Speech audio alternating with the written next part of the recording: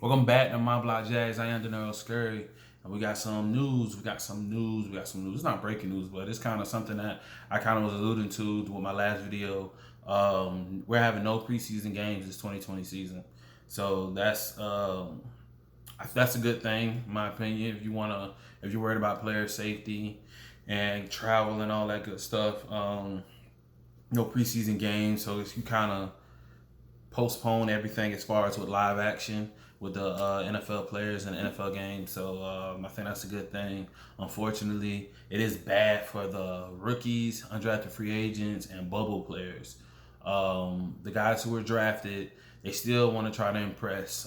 Just because you were drafted with a high pick and a high round, you still want to impress. You still want to show what you got. You still, you know what I'm saying, coaches still got to try to evaluate players. So at the same time, how are they going to get how are they going to get seen in live action with no preseason games?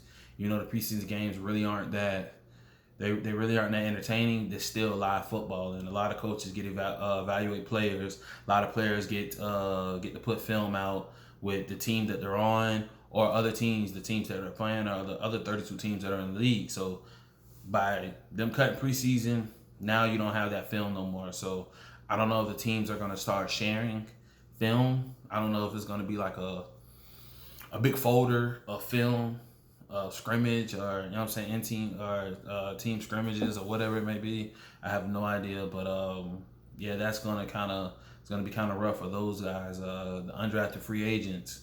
You gotta think all the undrafted free agents that made it in the league just from preseason.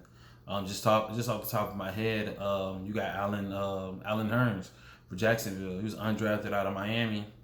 He showed out in the first three preseason games for Jacksonville, and boom, you know what I'm saying? We kept him, had him here for 3 years, signed a long-term deal. Boom, now he's been in the league for like 6, 7 years.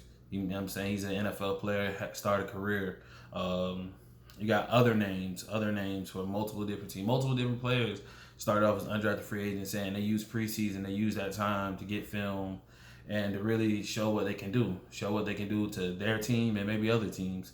So now it's going to be kind of tough for them to get that film, and it's going to be tough for the coaches to evaluate, because how are you going to evaluate with no live games? How are you going to evaluate against? How are you going to evaluate players with that simulation of another team? Because if you're practicing with the same people every day, you know their tendencies, you know their ticks, you kind of know what they're trying to do. But the unexpected of not knowing the other team kind of, you know what I'm saying, it kind of gives you that good estimate.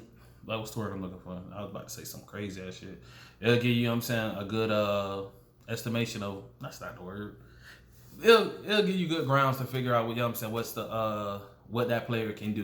You know what I'm saying? If you're an end and you're lining up with the same three tackles for 4 weeks straight, how do I know if you're that great or that good, or you're just good against these three tackles because you know them, because you've been running against them the whole training camp. So you get what I'm saying? That live action and the unfamiliarity of the other players. You know what I'm saying? And you got to figure this out just on the blue while you're on the field. Coaches don't be able to get to see that. So that's going to affect those guys. And coming into camp, they're going to have less players. Normally they used to go in camp with 90. Now they're only going to have 80. So that's going to hurt coaches a lot, because now coaches are going to have less players in camp. Now, you know, you got injuries and stuff like that. So it might, I don't know if it'll help with the evaluation, because less players, I mean, you can kind of focus on the players you got, but I think that's definitely going to hurt the team. It's going to hurt the coaches. It's going to hurt them trying to build a roster, because at the end of the day, they're trying to build a roster for the regular season. And if you have less players, you're going to have less talent out there. They're definitely, I honestly feel like that's going to hurt them. As far as with the safety, they're saying that not the coaches, but I guess everyone, players and all staff, they're all going to get tested every day. So now they got the testing down, kind of like the NBA bubble. NBA, they test every day. I want to say the NFL, I think it's every day. It's either every day or every other day. They're going to be testing, which is good, because I know a lot of players had concerns about that with their families, and a lot of players, their wives are pregnant. You know what I'm saying? It's just, don't nobody want to get sick. Don't nobody want to get their family member sick, their loved one sick. So I think that's good that they kind of figure that part out. So we'll see. We'll see how this goes. I know before I said I didn't think the season was going to start, or I thought it was going to be postponed. As we see preseason, there is none.